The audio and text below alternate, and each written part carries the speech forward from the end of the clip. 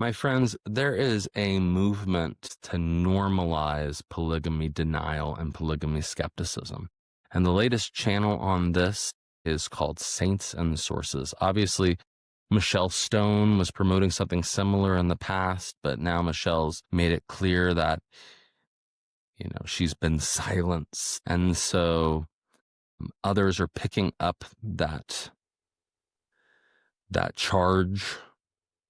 Not that I'm saying they're doing so deliberately or that she's ordered them, but it's created a space. The absence of 132 problems has made it possible for others to start speaking in this space.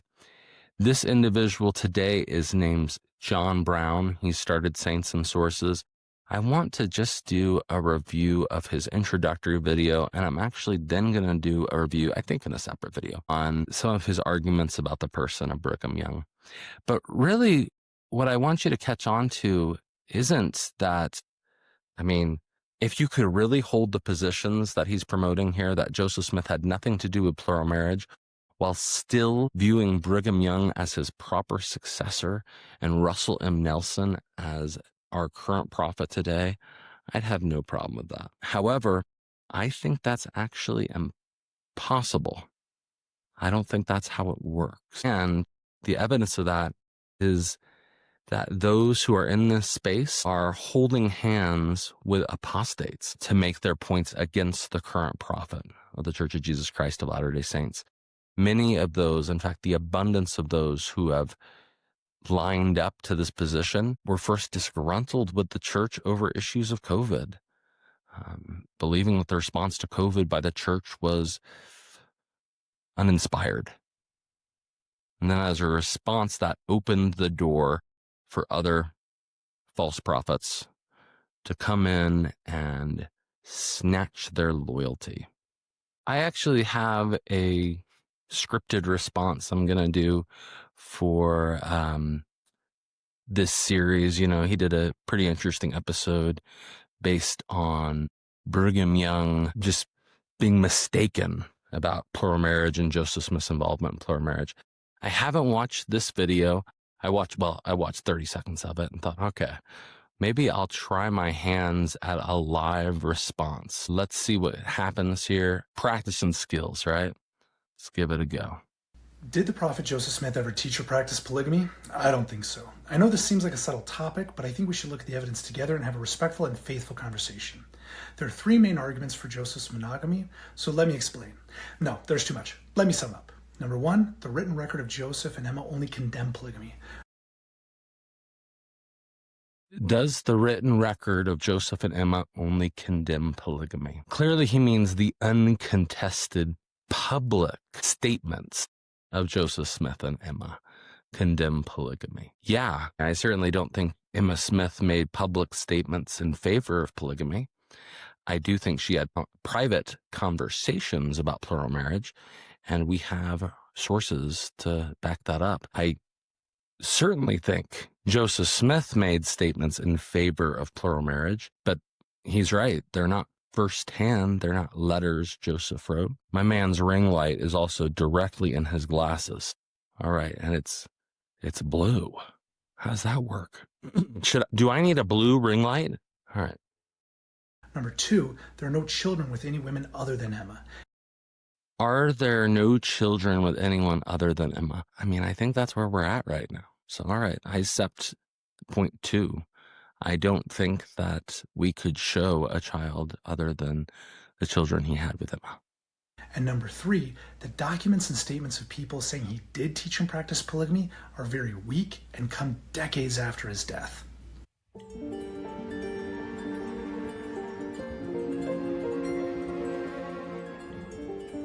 I hope this good brother knows that's nonsense. They don't come decades after his death. We have sources very early. If we're talking about, the firsthand testimony of women who were sealed to Joseph, then yes, many of those are 15, 20 years later, right? I'll give you that. But no, we have an abundance of sources, including William Clayton's journal, which is a contemporary source documenting Joseph Smith's teachings concerning plural marriage. Section 132 of the Doctrine and Covenants is a source. What did we have? We had Stephen Smoot on last week talking about the Sarah Ann Whitney revelation. All of these are sources. So you need to add your fourth point, which is that you think all of the other records are invalid. You're picking the sources that we're allowed to use and not acknowledging and making the statement, right? And that makes sense because this is ideology, not scholarship.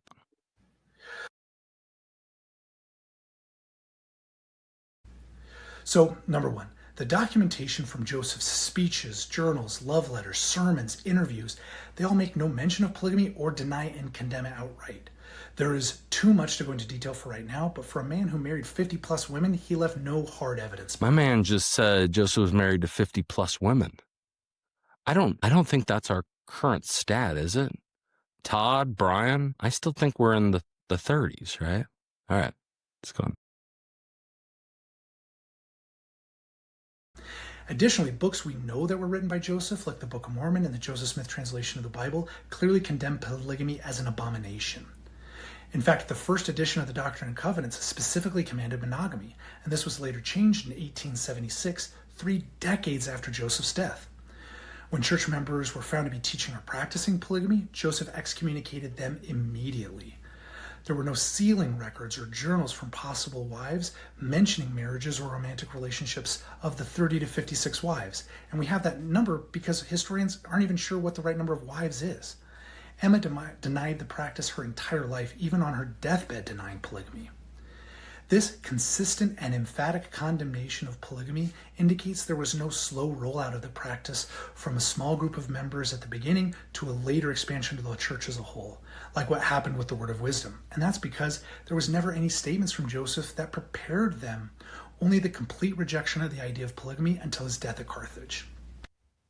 So traditionally, Latter-day Saints would think that there was a slow rollout. This is Joseph. Yes, Joseph died in 1844. And just like the temple, which was not able to be revealed until after his death through the ministry of the 12 apostles, the same was true of plural marriage. This is the claim. Emma's continual denials are a separate subject. Emma did not remain active in the faith. That's the reality of it, my friend. Good woman, wonderful saint.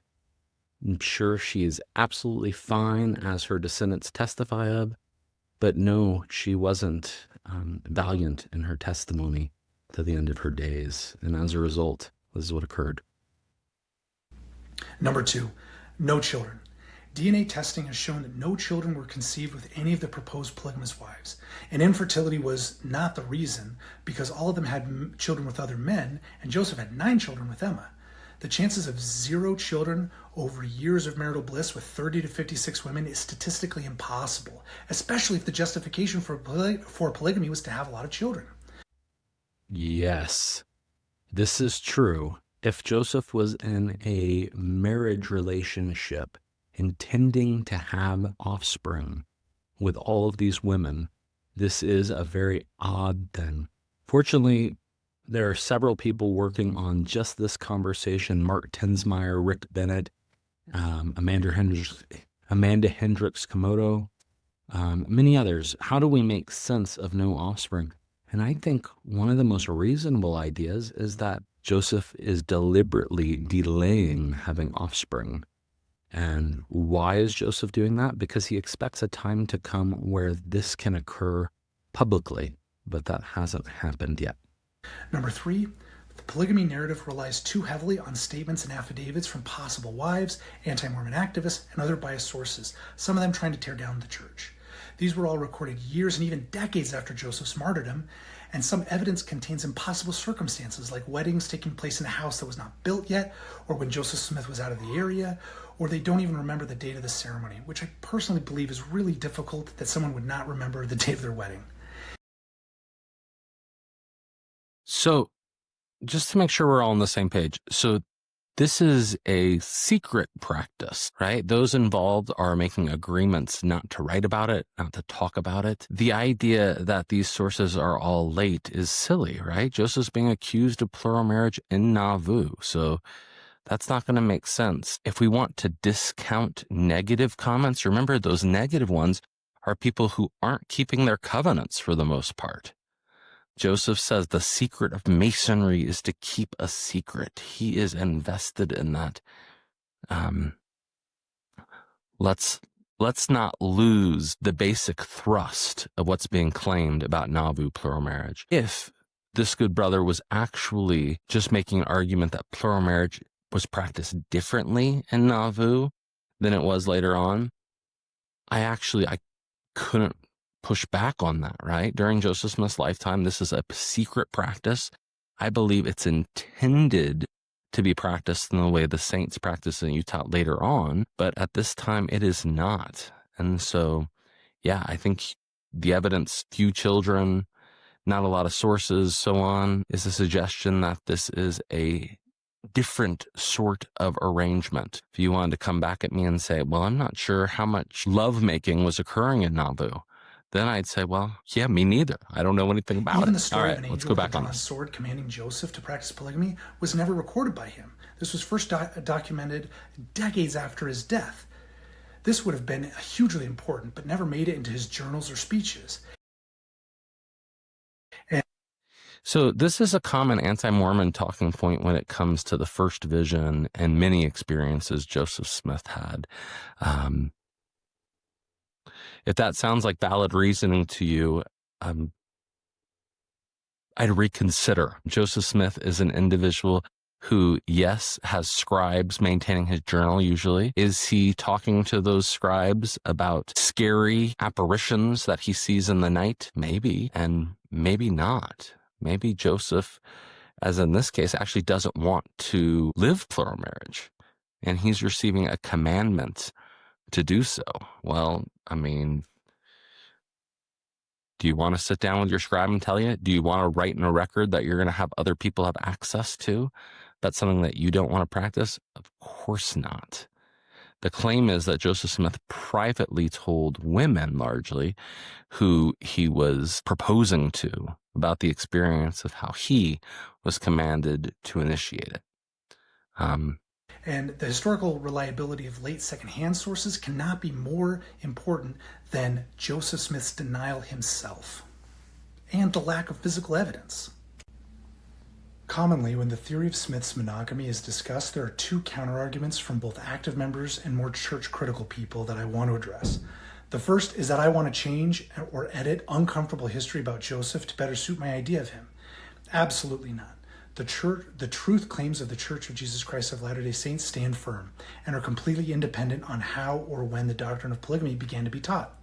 We are a faith based in revelation, and that forward growth which comes from knowledge, line upon line, precept on precept. Prophets like Moses, Paul, Joseph Smith, Brigham Young, and Russell M. Nelson are called by God and inspired by God. They are tools necessary in building the kingdom of God on earth. Prophets are not perfect, and they are not puppets. You know, my only issue with what he's said here is the idea that